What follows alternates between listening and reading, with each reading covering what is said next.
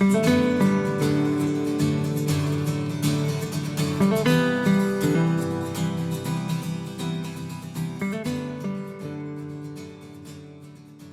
to Conversations Different, a podcast from the Santa Fe New Mexican about the interesting people, places, and issues of Northern New Mexico. This week, we are talking to Ashley Biggers, who edits the New Mexican's magazine division. And believe me, we have a lot of magazines. She's going to tell us what's happening this summer and how our magazines can help you discover all the best and fun things to do. Welcome, Ashley. Thank you so much for having me. This is really exciting because it really is a busy summer, looking at your story lists and all the different things you're doing. Absolutely. Between kicking off with the Santa Fe International Literary Festival magazine, all the way through Legacy magazine, which comes out in August and discusses all things Native art and culture. We have 6 different magazines that are released over that short time period that celebrate all the wonderful things happening in Santa Fe over the summer. And when this airs, will just be right after Bienvenidos is sent out in the newspaper. But of course, that's an all summer long magazine. And I think of it as the real kickoff to summer. The literary festival is like in the middle, kind of to the end of May. And it's a huge deal and kind of extends the summer season. But then you have Bien, which is really all about the activities coming up. So why don't you talk a little bit about what's big this summer? Well, this year for Bien, we really took as a touch point the 100th anniversary of Route 66. So, of course, Route 66 was created in 1926, and Santa Fe had, a short but illustrious connection to Route 66. But the route really has, as someone who grew up in Albuquerque and spent a lot of time in Tucumcari growing up, the route has always sort of had a big presence in my life. And I think it really captures, the best of travel still today, 100 years later.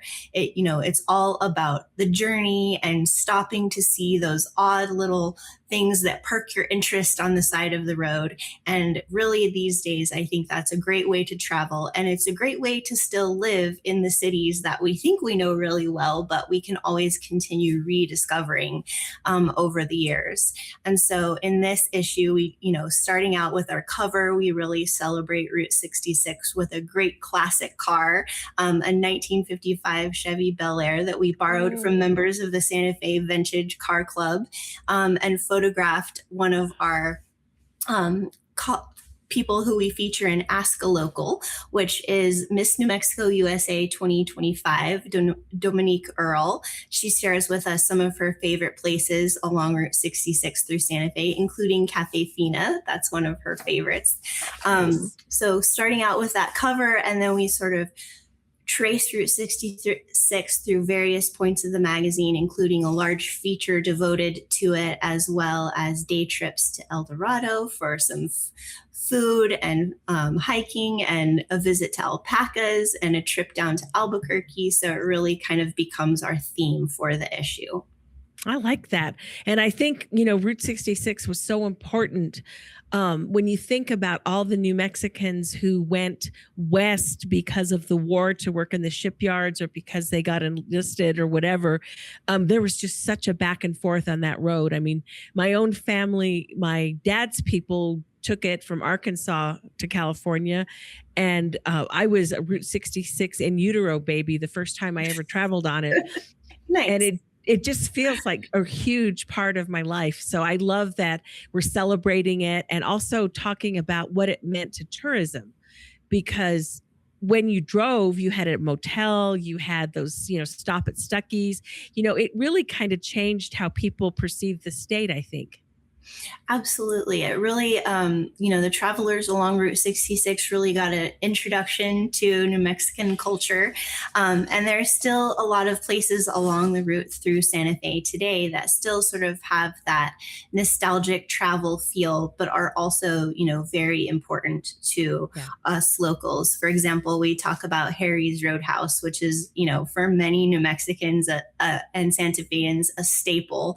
And, when I was talking talking with Kathleen O'Brien, the new owner, or relatively new owner of Harry's, she was really talking about how, you know, generations of locals come back to the restaurant. And, you know, she's seen folks who came in the first time to the restaurant, maybe in utero, but also in a car seat. And then later, you know, now they're bringing their kids back or their grandkids back. And of course, Harry's started out as a gas station and spent time as the Nifty Cafe, and then is what we know it to be today, serving up, you know, great diner favorites, but are also some really, you know, unique dishes on their menu. And it's really a touch point for travelers through all those many generations and locals as well. That's right. And back in that day, it was the old Las Vegas highway that was the route for that brief period where we were. And of course, you being from Albuquerque, you know Central Avenue as Route 66. And that's just an iconic road to this day, as much as it's changed. Absolutely. It continues to be, you know, a great vintage point of Route 66 in a lot of ways, with all of the neon that's still there and has been sort of revisited and reinvented along the route. And of course, Albuquerque has the distinction of being the only place in the country where Route 66 intersects itself at a 90-degree angle, as those two alignments come to an intersection in downtown Albuquerque, from the old alignment that went up through Santa Fe to the new alignment that, of course, cruises down Central Avenue through Albuquerque. And that's one of the things that we explore in a day trip story to invite folks down to the Duke City to see the places along Route 66 in that town as well. Oh, that's pretty awesome. I know I've never gotten as many calls as when Paul McCartney and his then girlfriend, now wife, drove Route 66 in a Mustang. And they stopped in Santa Fe, and I used to do the El Mitote gossip column, and immediately, like, they're at the O'Keefe, they're at La Fonde, we see them, and people were so excited. And you think about a Beatle wanting to drive Route 66. Oh yeah, well, there are many trips every year of especially European travelers coming to the United States to travel Route 66. And there will be these, you know, big fleets of motorcycles in particular coming through town to experience that part of our culture. And I really think still today it strikes at something that is unique about Santa Fe, in that we still have those mom and pop shops that you can visit along the route, such as Tinian Trading Post, which is one of the places that we highlight in the article, that actually started out as in this particular family that owns it, the Christian family, as a appliance repair store, and gradually turned into a trading post because so many folks were trying to swap for appliance repairs for different baubles and pieces of jewelry and things that they had in their family. And so it gradually became a trading post. And so it still operates along Route 66 in that trading post style, even though it doesn't date to the original days of, Route 66 trading posts. But that aspect of Route 66 culture is still alive and well. That's what I love about the stories in Bien, is it just gives you a little peek behind the what you see today, because Tinian's is so popular and such a great place to go for whatever you need, whether it's native vintage jewelry or shawls. I mean, I get like fiesta shawls and things there, and then to find out it was an appliance store, that's just a great little nugget. Thank you, Ashley. That's good. Absolutely. Yeah. So in the magazine, you always try to kind of look at the North and look at Santa Fe activities, where to eat, where to shop. What are some things that people can look for? So let's say your mother-in-law visits you in Santa Fe. Where do you take her? Absolutely. Well, we also, in addition to our sort of ode to Route 66, we talk about a couple cool anniversaries that are happening in Santa Fe this year. So it's the 10th anniversary of Meow Wolf's House of Eternal Return. And so we take a look inside, the original days of Meow Wolf as an art collective and how it has really grown into an entertainment juggernaut across the United States, and sort of how the company itself has evolved. And of course, Meow Wolf, we think of it, the House of Eternal Return, as a static entity, but it's always changing. There's always new rooms emerging sort of out of the vortexes there. So we take a look inside there. And then also we look at the 10th anniversary of the Santa Fe Margarita Trail. So, of course, us Santa Feans love to have our signature cocktail. And so we take you to 3 different spots around town that are on the Margarita Trail to, sip their creations, from Secreto Lounge to the Cowgirl to one of the newer entries, which is Hotel Glorietta's Lady Duff's Lounge. Okay. Well, good. That makes, taking the magazine with you as you walk going to be really important. Absolutely. Yeah. And we also share a margarita recipe from one of those entities in the magazine as well. So if you want to do some sipping at home, we also give you the recipe so you can enjoy there. Oh, good. On that note, we'll take a quick break and be back in a moment with more Conversations Different.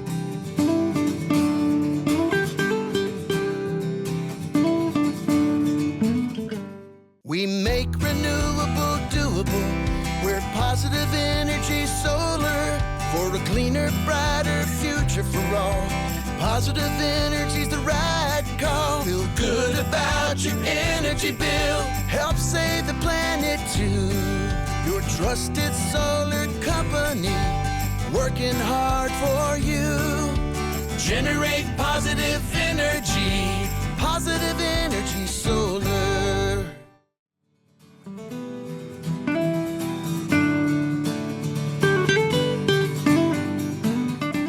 We are back with Ashley Biggers talking about summer in Santa Fe, which, as we know, is the high season. That means the place is going to be packed. And there's people who come just to stay and eat and maybe go to a spa, but there's also activity around the many festivals we have. It starts out with Literary Festival and then International Folk Art Festival, and we do a magazine for that too. So what's coming up with the Folk Art Festival this year? Absolutely. Well, we're so honored that we've had a long and wonderful partnership with the International Folk Art Market, creating their official magazine. So it's our pleasure to get to highlight kind of the new things that are happening with the market every year. And so this year, the market happens July 9th through 12th. And as we were sort of visiting with them about what was ahead for this year, one thing that really emerged from those conversations was, they always place artist voices at the center of all of the work that they do. But this year, they're making more of an effort to place those artist voices center stage by having more artist demonstrations, both in terms of areas and in terms of the schedule of sort of how many artists are showing off how they create these amazing, cultural traditions and gorgeous pieces of art. So you can expect more demonstrations happening.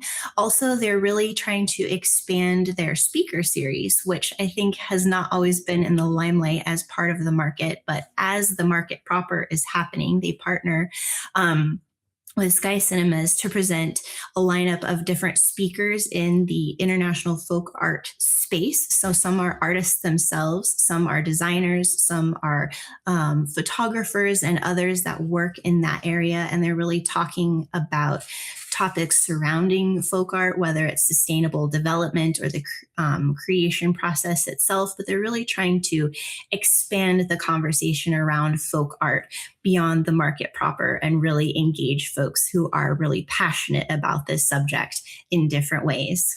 And then the third thing that kind of emerged from our conversations is the focus on women's empowerment this year. So that particular neighborhood, because they have different themes to the market booths throughout.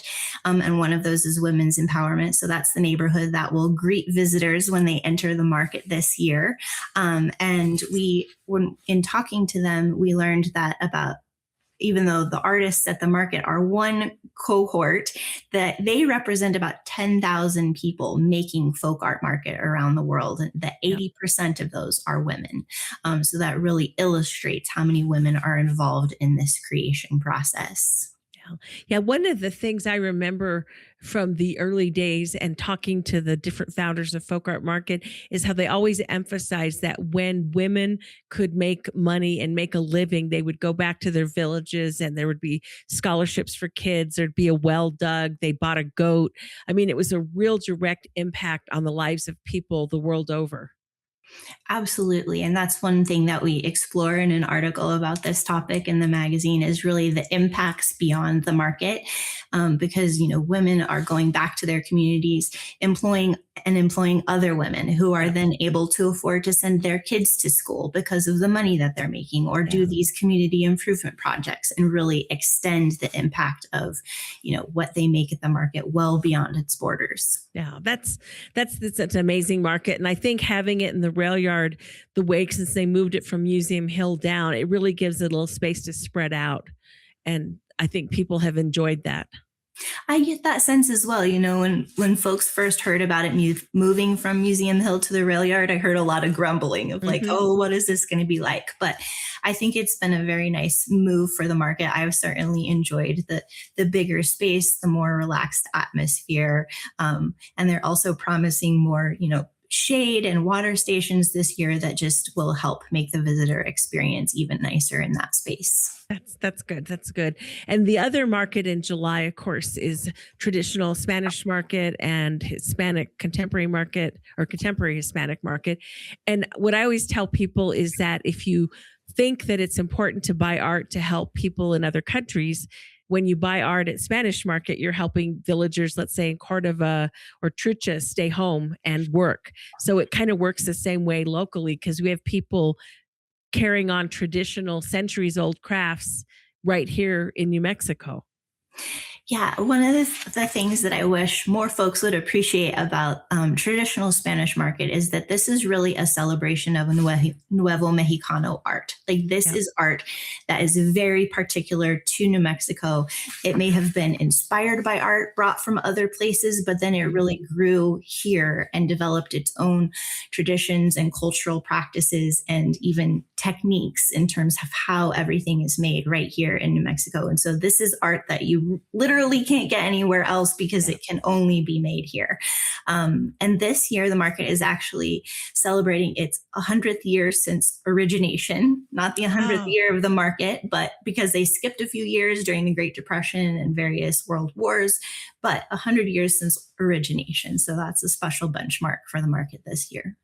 Oh, that is. And they finally, I guess, found a sponsor that really believes in it and likes it. And it seems like things are going really well now. And when you get down there, it's just a lovely atmosphere on the plaza. It's been a really nice atmosphere, and they're making little changes each year to make sure that they're making the most of the market, but really artists and artists' voices and input remain really central to the market every year. So they're really listening to their feedback and incorporating that into the market.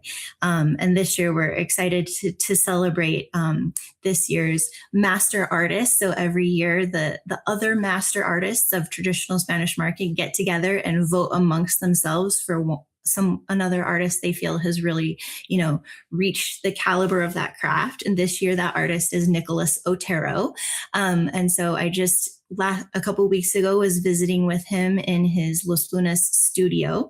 And we were chatting about the special mix of things that has to come together to be a master artist. And I think it's some combination of, years of devotion and practice, really expertise in the technique and the artistry of this work, and also education, because he does a lot to work with the next generation of artists to teach them his techniques as well as just art in general. And so all of that has to come together in this perfect mix to emerge with a master artist. But we're looking forward to celebrating his work in the magazine and at the market this year.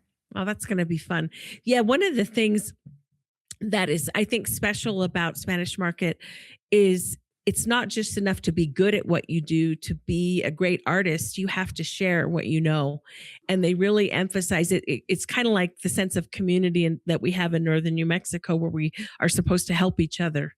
And absolutely. Yeah. There's a lot of emphasis on, teaching the next generation. And of course, every year there's a part of the market that is devoted to the young artists who also have to jury in, just like the adult artists do. And so their work is really quite wonderful. And I know a lot of collectors that have been with artists long enough that they started collecting them, when they were 16 and started showing at the youth market, and have collected them all all throughout their lives. So that really speaks to the caliber of work that even the young artists are creating there.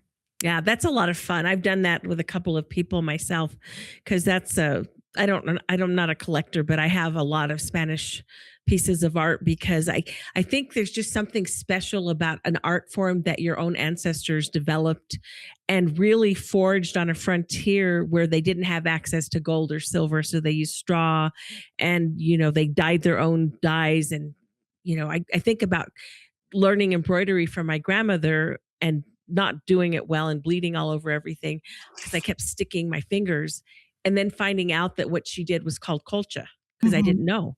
And it just makes you feel so proud of their ingenuity and creativity.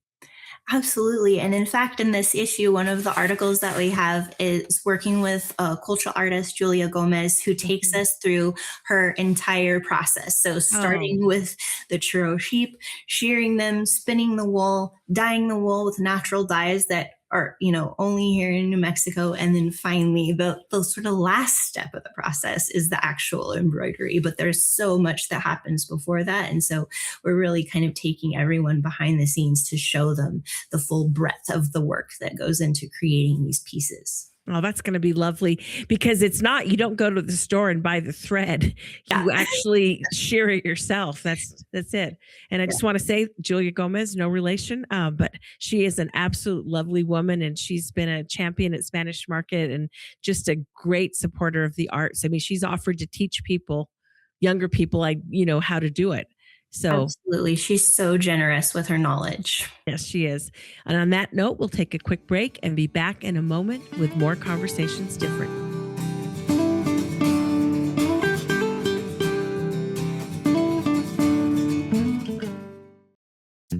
This is Patrick Dorsey, publisher of the Santa Fe New Mexican. Looking to reach a wider audience and grow your business? For 175 years, the Santa Fe New Mexican has been the trusted voice of Santa Fe, with unmatched local reach in print and online.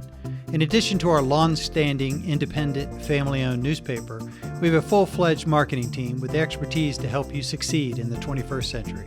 From traditional print to precision-targeted digital advertising, we have the tools to connect you with your ideal customers. Partner with us and see the results for yourself. Advertise with the Santa Fe New Mexican and unlock your business's full potential. Visit us at santafenewmexican.com/advertising or call us at 505-995-3852. Thank you.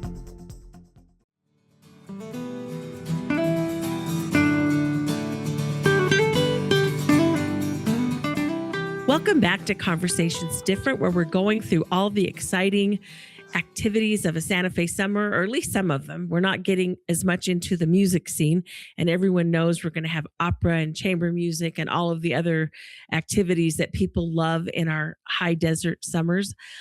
But the big one at the end of the summer, which I think really, it doesn't eclipse the other markets because every market is special and spectacular in its own way.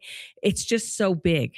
And that's Indian Market. And for that, we have a special magazine. And Ashley, why don't you talk about what Legacy is and what it means? So, Legacy is our annual celebration to Native art and culture, and it is released around the time of Indian Market. And it certainly celebrates all things Indian Market and all of the artists that participate in Indian Market. But luckily, we also get to cover the breadth of things that are happening that weekend and also throughout New Mexico Native art and culture. So we get to cover Free Indian Market and Pathways and Sovereign Santa Fe. And so all of that sort of collides in the pages of Legacy. And so this year we're getting to chat with a couple of different designers who are here in Santa Fe, including Jimmy Dean Horn and Amy Dennett Deal, who are always staples in Santa Fe, but certainly are in the limelight that weekend. And we're getting to talk to Chef Ray Naranjo, who recently competed on Chopped. Unfortunately, he didn't win, but another great New Mexican did, so we'll take that. So those are the kinds of things that we get to cover in Legacy that are beyond Indian Market as well. I am so thrilled that Chef Naranjo's food truck is going to be it's going to be in the food court that they're opening in the building where we work.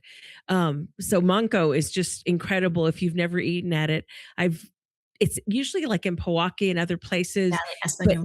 yes, in Espanola, but it comes up here for different festivals. So I've eaten there, every summer for the last several years. And I am so excited that I can go down there for lunch. He's just great. That's going to be fun. I love, obviously, that you can cover everything, because Indian Market is the reason that all of these other activities exist. It's kind of like the spark plug in the middle, but it's really grown beyond. I mean, when they started Free Indian Market, because there's basically a squabble over who got in and who didn't get in, did anyone think it would grow to what it has? And now Gregory Schaff has passed it on to some new showrunners and producers, and it's still going to be over at the park, down from the plaza. I mean, it's just huge. It really increased the footprint. I was talking to the new sort of producer of that market just the other day, John Gonzalez, who is San Ildefonso tribal member. And he was talking about that there's going to be 500 artists at that market. Wow. And so between Indian Market, where you have about 1,000 artists, and that market, you have 1,500 artists presenting within just a few blocks around the plaza over the course of that weekend, which is just an incredible hub. And then if you feel like taking a little trip outside of the city to Buffalo Thunder, you can also attend Pathways Arts Festival there. And they have several hundred artists there as well. So it's just, our cup runneth over. Yeah, it does. And what's amazing, sometimes you walk around and you think, okay, could one person be better than the other? And you get to this point where like 500 potters are all great, and it's just like the excellence of the work always astounds me. And it's almost too much to take in sometimes. It is. I definitely take breaks because it's a little bit of sensory overload, but worth it. No, totally it is. And I like that you're talking to jewelers too, because that's such a special art with the silversmithing and the inlay work and the different pieces that they bring together, to keep something traditional, but also kind of recreate it every time they do a piece.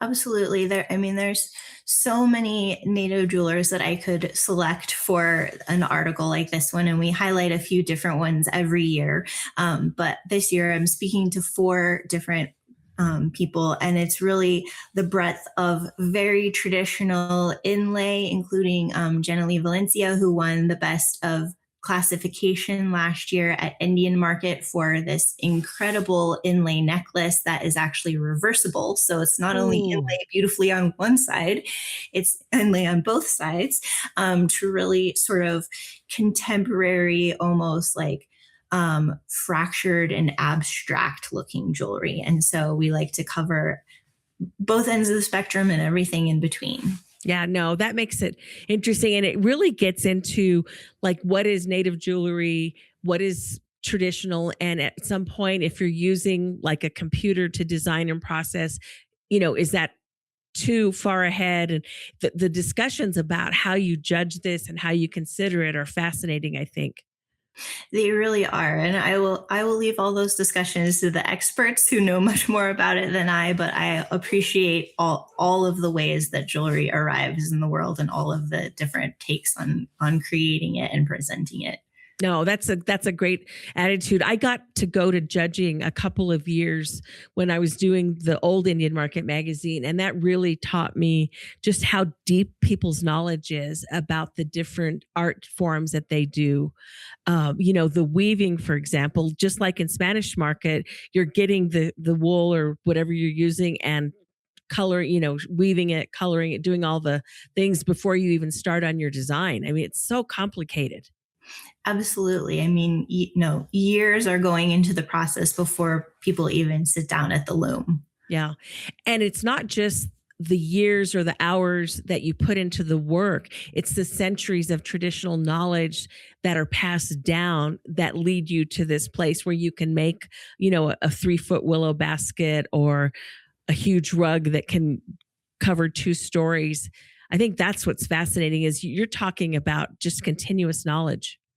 Absolutely. And I think what I'm hearing from a lot of artists working today is that they are, have the full breadth of all of these traditions at their fingertips. And so they can pick and choose because, things that were traditional were really only traditional for a certain period of time because artists and artistry ebbs and flows and changes and develops. And so, but artists these days have either handed down through the generations or access to go back and do research and find touch points for different traditions and really pull those forward and find what resonates with them and their particular viewpoint and their technique and artistry today. And so that's what's really exciting is that they have all of this wealth of knowledge that they can pull from to create. Yeah, that's right. And there's so many art forms because you have painting, you have sculpture, you have, traditional wood carvings. There's a guy that makes flutes and also turkey calls. So, my husband always stops by the booth to get a new turkey call. So maybe, one year he can catch the turkey. So it really, and bows and arrows, some of those are so beautiful, and drums. I mean, and it's interesting because a lot of the items or things that people use, like, pots weren't to put on your shelf and look at, they were to cook beans in or to carry water. And now they're decorative items. So it shows the utility and how it changes. Absolutely. Yeah. Yeah. Do you have a favorite magazine? I don't know that I have a favorite magazine. I mean, I'm always honored to work on all of our partner publications, like Traditional Spanish Market and International Folk Art Market. It's also fun to sort of like get the full creative reins and get to do, whatever I think speaks best to that topic, like we get to do with Legacy and Bienvenidos. So I think one of the great things is that they're all different and they all require something unique from me as a writer and editor. And so that's one of the best parts about my job is that I get to use all of the tools in the toolbox. That's right. And the other two magazines, just briefly, that come out are Haciendas. Is that right? Or yes. So we work with the Santa Fe Area Home Builders Association to produce Haciendas, which comes out once in the spring and then this time of year in honor of their Parade of Homes magazine. So they will be presenting their Parade of Homes in August. And so we'll get to highlight all of the homes that are on the parade, but also we sort of look at home building in Santa Fe in general. And so even if people aren't going to the parade, they can still pick up that magazine and read some interesting articles about all of the designers, builders, architects who are really creating our built environment in Santa Fe. Nice. So really, you have to know a ton about a lot of different things. That's a hard job. Sometimes I feel very tired with all the things that I have to know, but it's really fun and exciting as well. Well, that makes it, that's good. That's important. And I think it's really important that when people read these magazines, these aren't just like flashy surface stories. You're really getting a sense of the culture and the traditions and the people. And it's something that if you're a visitor, you could actually take home and read again and reflect on your time in Santa Fe. Absolutely. I hope it's something that, helps visitors understand not only what to do and where to go while they're here, but also gives them some insight into our New Mexican culture and also hopefully, teaches even our savvy locals a few new things about the city that they maybe didn't know or introduces them to artists whose work that they can appreciate. Right. And you have gorgeous photographs and really excellent design. And now that the printing press got upgraded, it's all glossy and pretty snazzy for a newspaper, I think. Yeah. Yes, we get to do several different glossy magazines and, Legacy is large format, beautiful photography and pages. And I really, I think of it as my September Vogue because it's about that big too. On that note, this has been Conversations Different. We'll be back next week. Thank you for listening to Conversations Different, hosted by me, Inez Russell Gomez, editorial page editor for the Santa Fe New Mexican. Our weekly episodes would not be possible without your support. We hope you enjoy them and keep listening. New episodes drop every Tuesday. Consider signing up for our newsletter so you never miss an episode, and while you're at it, consider subscribing to the Santa Fe New Mexican. Our podcast is available by visiting our website, santafenewmexican.com/podcasts, or wherever you get your podcasts. Conversations Different with Inez Russell Gomez is produced by Matt Dalside and Ernesto Cisneros, published by the Santa Fe New Mexican, a local and independent newspaper owned by Robin Martin.